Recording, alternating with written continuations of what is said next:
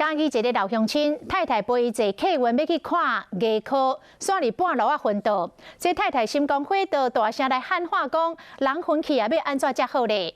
这个司机拢无张图哦，直接就甲公车飙到病院。啊，一个到病院，车顶的乘客嘛帮忙来塞轮椅。虽然老先生上尾啊也是往生了。 也毋过，伊的查囝伫咧面册来发文章，讲伫咧关键的时刻，公车司机甲所有的乘客，甲伊的父母斗相共，伊真感恩，真感动。王老先生后某坐公车，慢慢啊找到位了，坐落来，毋过无偌久，这个王老先生就昏去啊。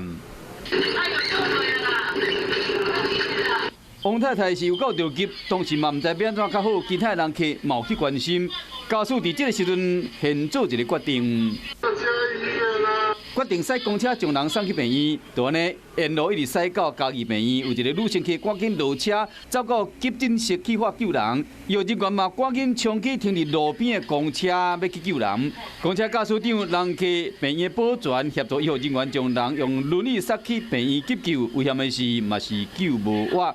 当时将公车当作救护车，就是这位驾驶长赖信辉。 因为大家那时候都算比较着急的，因为他已经不省人事了。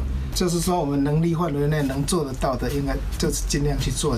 虽然讲做应该做的，不过在关键的时刻斗相共，王老先生的家属嘛真感动。实在是很谢谢这个客运的司机这样的英勇。 就是义无反顾的要来抢救我爸爸。细路车是哪讲哪哭，虽然伊若被医院离开世间，不过王老先生的查某囝医院真感激，感恩驾驶长甲这人客伫因老爸最后这段路，可以看到人生上水的风景。